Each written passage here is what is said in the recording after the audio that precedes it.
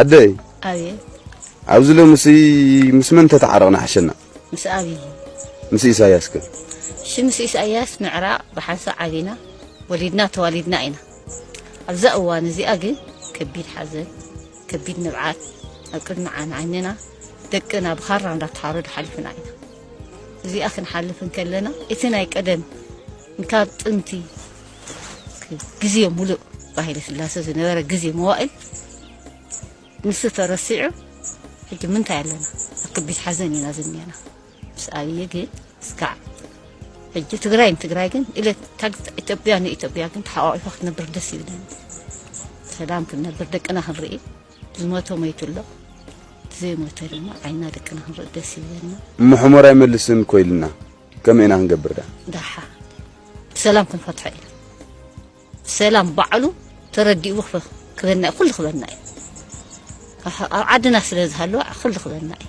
يا أخي جيب لي قدم زي تحكي سلام كبرات تخاتل تليلو تي في كما حديركم كما يوعيلكم تمديسنا مصيناكم علنا نايلوم مدبنا تحافشاوي كل غزي نزاربولو زلنا تخويناتهم كترف حزبون كدحن بقى لومسي نظام كلتا ጨቋንት መራሕቲ ናይ ሻዕብያን ህወሓትን ኢሉ ዝኽፈል ህይወት ከይህሉ ንዛረበሉ ብዛዕቡ ይኸውን ሎምን ድሕር ዳርኢናዮ ኣብዚ ግዜ እዚ ብፍላይ ድሕርቲ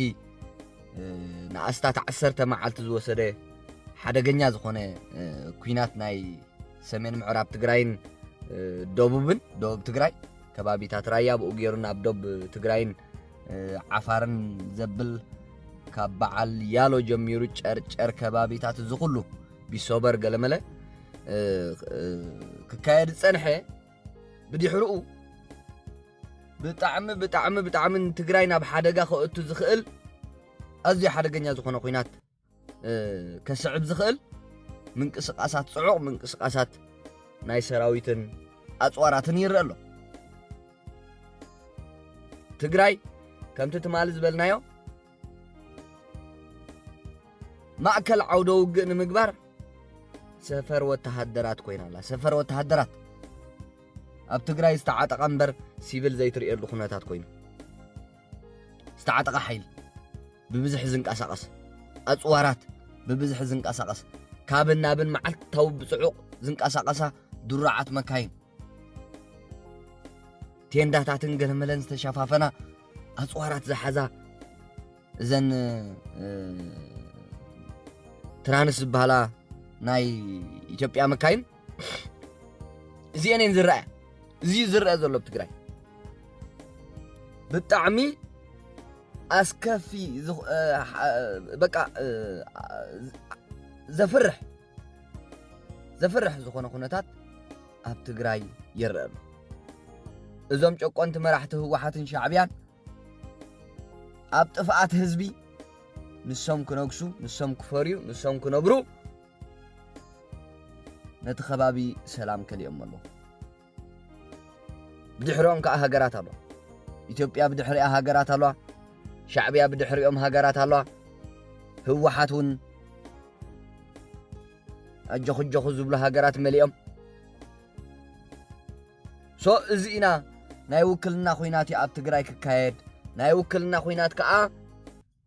ቀልጢፉ ዝዓርፍ ኣይኮነን ተሓደ ጽዋር ይሕግዝ ተሓደ ገንዘብ ይሕግዝ ተሓደ ኢንፎርሜሽን ይሕግዝ ተሓደ ዝተፋለ በቃ መን ሰዓረ ኣብ ዝተናውሐ ኩናት መን ሰዓረ ሶ ኣብ ዝተናውሐ ግዜ መን ሰዓረ ንምርግጋጽ ከዓ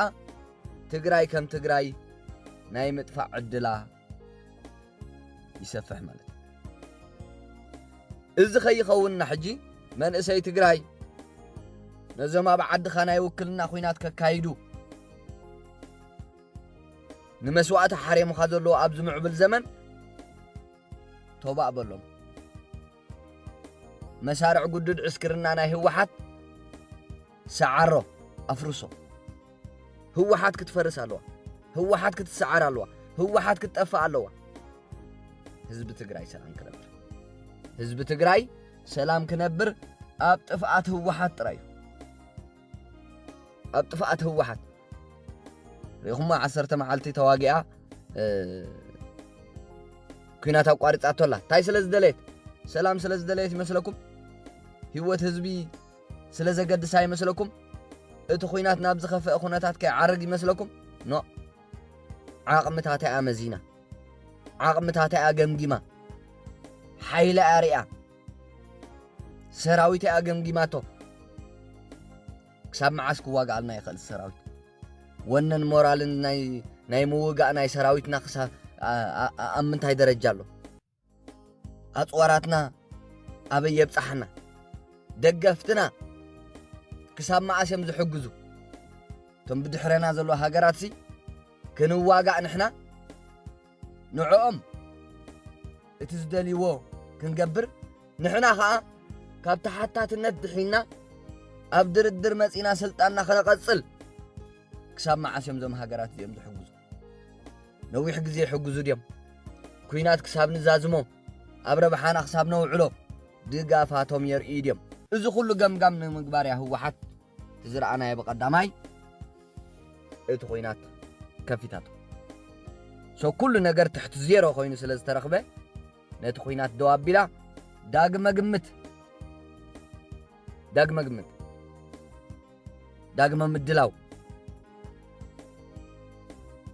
حيلنا قمنا لنا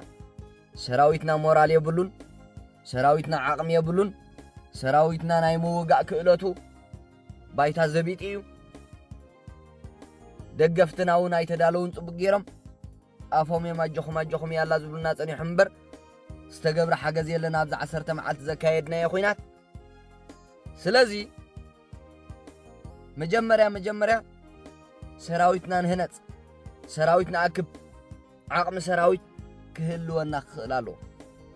إزي آخا نعو تقادلو نعو تفاقهم منقس إثيوبيا تقرأ حزب تقرأ كتفئي بقسال ليلنايو أي بقسالنا نالو تايدا إتعاب إيرتراز تكتقبر تسنحت نسا نقبر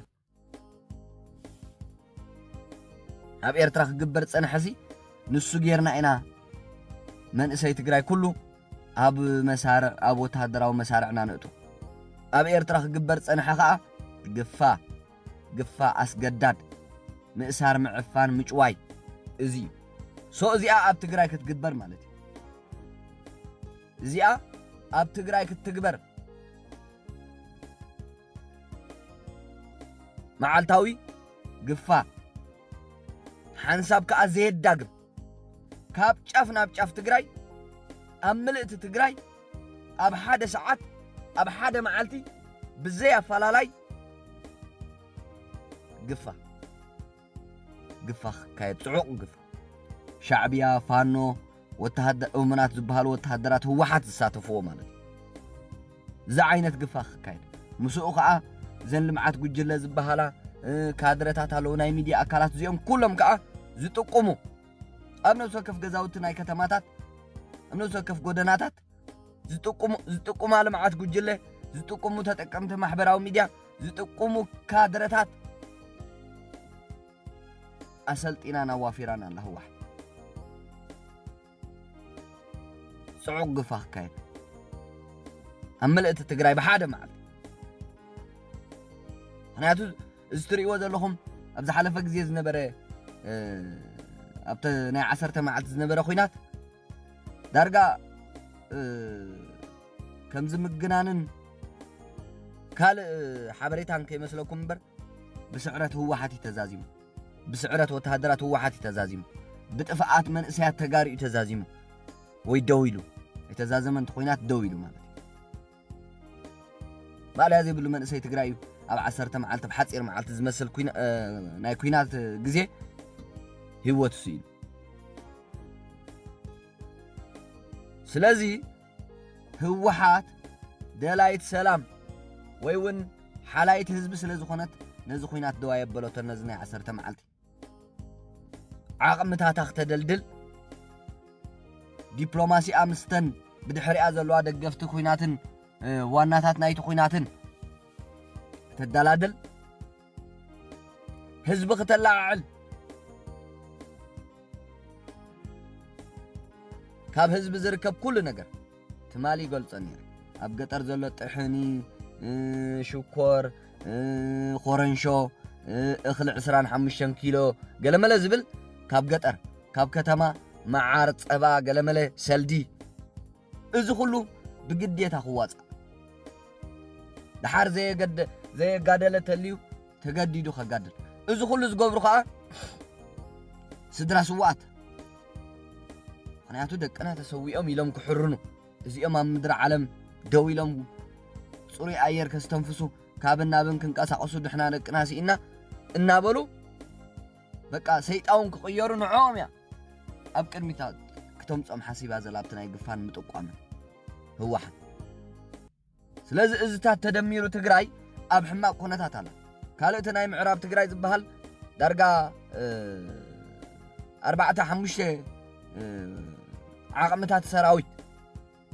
ብብዝሕ ይንቀሳቀሰሉ ሰራዊት ህዋሓት ይንቀሳቀሰሉ ሻዕብያ ይንቀሳቀሳሉ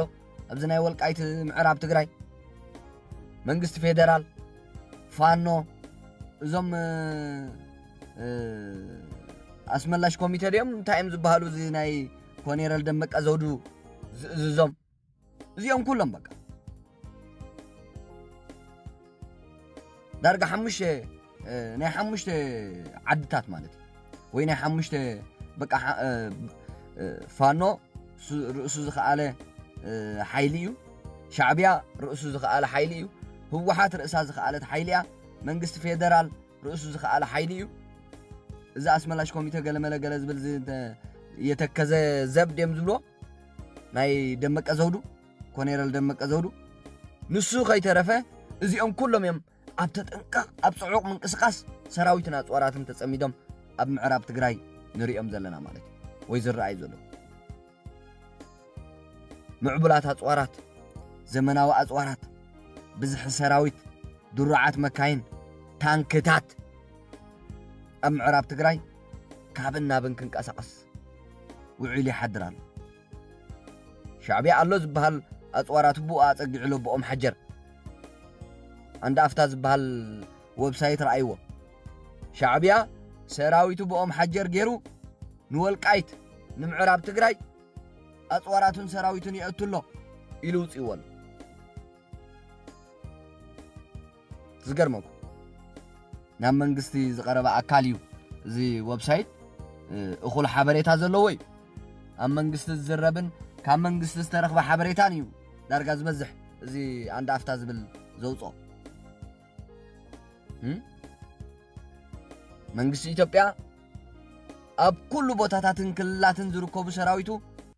ናብ ደቡብ ኤርትራን ትግራይን ይዘጸግዕ ዘሎ ሻዕብያን ህዋሓትን ኣሎ ዝበሃል ሰራዊቶም ናብ ኣምሓራን ዓፋርን እዮም ዘጸግዑ ዘሎ ፋኖ ምስ ህዋሓትን ሻዕብያን ተጣሚሩ ማዕለያ ዘይብላ ሓገዛት እናረኸበ ጽዑቕ ወተሃደራዊ ምንቅስቃሳት ይገብራሉ መንግስቲ ፌደራል እውን ምዞም ኣስመላሽ ኮሚቴ ዝበሃሉ የተከዘ ዘብ ዝበሃሉ ናይ ደመቀ ዘውዱ ዝበልናዮም ምስኦም እውን ኣብ ጽዑቕ ወተሃደራዊ ምንቅስቃስ ስለዚ ማእከሉ ኩናት ኣበይ ክኸውን ኣብ ትግራይ ያሕጅዛ ንብላ ዘለና ናይ ውክልና ሃገራት እዚኦም ኣብ ውሽጢ ዓዲ ዘለዎ ወተሃደራት እዮም ሓድሕዶም ዝዋጉ እዮም ብድሕሮም ዘለዋ ሃገራት ከዓ ስዑዲ ኢማራት ግብፂ እስራኤል ቱርኪ ሶማል ሻዕብያ ከም በሓድሽ ኩለን ዘን ሃገራት እዚአን ከዓ ብገንዘበን በጽዋራተን ብኩሉ ነገራተን ቴክኖሎጂ ተጠቂመን ተሓጊዘን ትግራይ ሰብ ዘይድሕነላ ሰብ ዘይተርፈላ ሰብ ዘይረኣየላ ሰብ ዘይርከበላ ዓዲ ንምግባር ንሪኦ ኣለና ማለት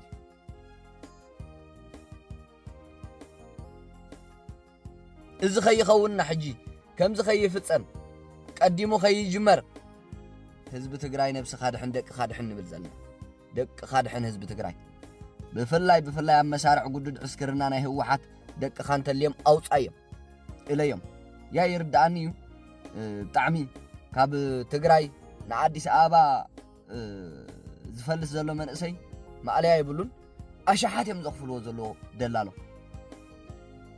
መንእሰይ ትግራይ ካብ ትግራይ ንኣዲስ ኣበባ ንኽኸይድ ዝኸፍሎ ዘለዎ ወጻኢታት ተተርእይዎ ይገርም ዓቕሚ ዘይብሉ ከዓ ክወፅእ ዘይከኣለ ንኣዲስ ኣበባ ንኸይድሲ ዓቕሚ ዝሰኣነ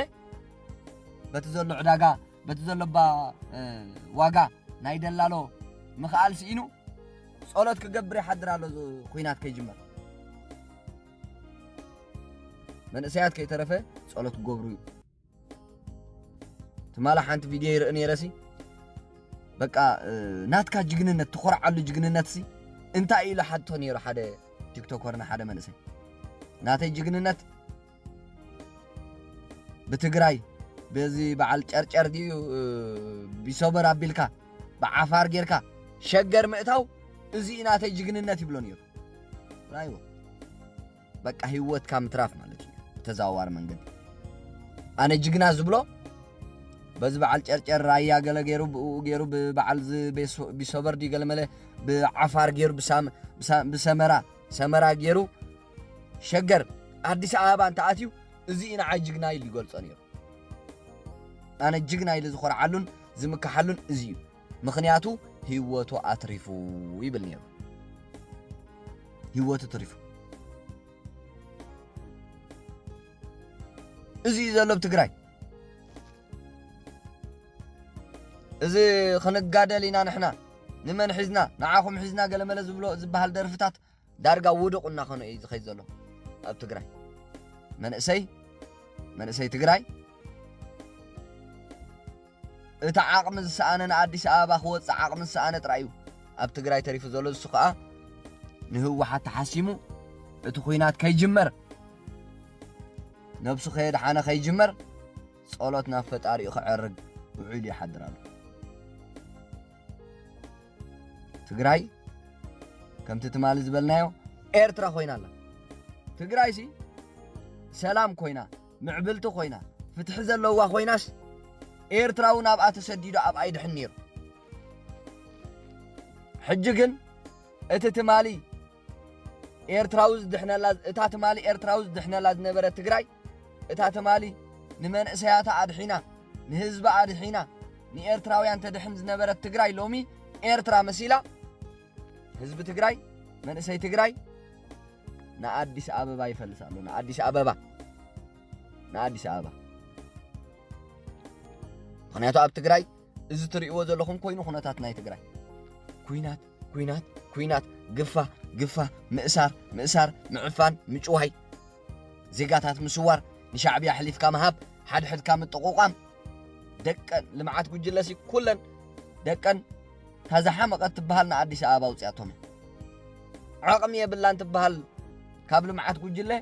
ንደቃ ንኣዲስ ኣበባ ውፅያ ዓቕሚ ዘለዎም ግደፎንዮ ኣብፅሕኖም ምስ ባህላውያን ጀነራላት ህወሓት ከለብለብ ዝብላን ዕብድብድ ዝብላን ኣዴታት ደቀን ኣብ ርሑቕ ቦታ ስፊረንኦም እየን ተን መሳኪን ናብ ኩሉ ክዋሳኣ ዘይክእላ ግን ከዓ መጋበርያ ህወሓት ዝኾና ግን ንእሽተይ ዓቕሚ ረኺበን ዕድል ተፈጢሩለን ንደቀን ንኣዲስ ኣበባ ኣብ ኣዲስ ኣበባ እዚ ዘሎ ትግራይ ኣብ ከምዚ ደረጃ ወዲቓ ሕጂ ከዓ ንሱ ጥራይ ከይኮነ ከዓ እዚ ክንገልጾ ፀናሕና ኩናት ውክልና ሃገራት ኣብ ትግራይ ክካየድ ከምቲ ትማሊ ዝገለጾ ክራይሲስ ግሩፕ ዋላ እውን ካልኦት ዓበይቲ ሚድያታት ዓለም ዝገለጾ ሰዓታት ተሪፍዎ ኣሎ ምንቅስቃስ ናይ ሻዕብያን ናይ ህወሓትን ተደሚርዎ ኩነታት ናይ ትግራይ ክፍንድእ ናብ ኣዝያ ሓደገኛ ኩናት ከምርሕ ሰዓታት ይቆፅር ኣሎ ይብል ነይሩ ሰዓታት ለቦውን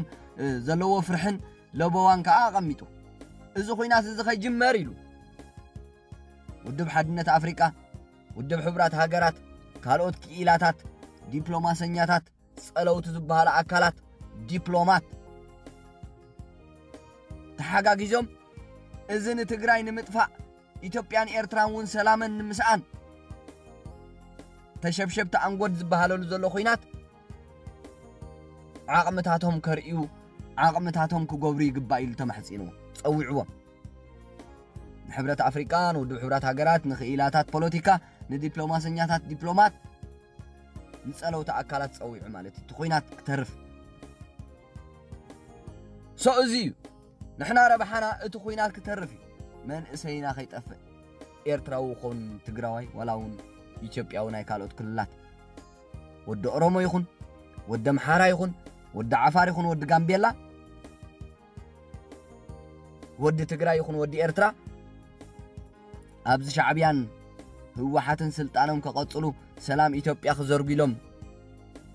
كل عوا ساعات تعرفوهم زلو حدقنيا خوينات هيوتهم كسئنو عندل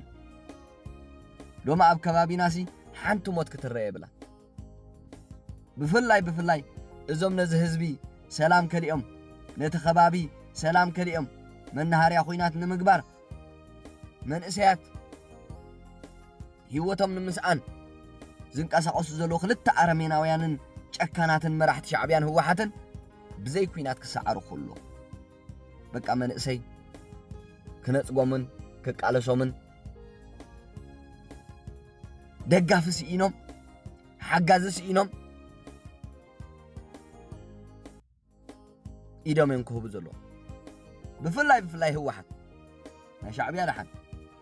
رؤسو زخاء هاجر سلزخونه قداء إيرتراويان ونكخون سلزخل مالت منقس إثيوبيا بزي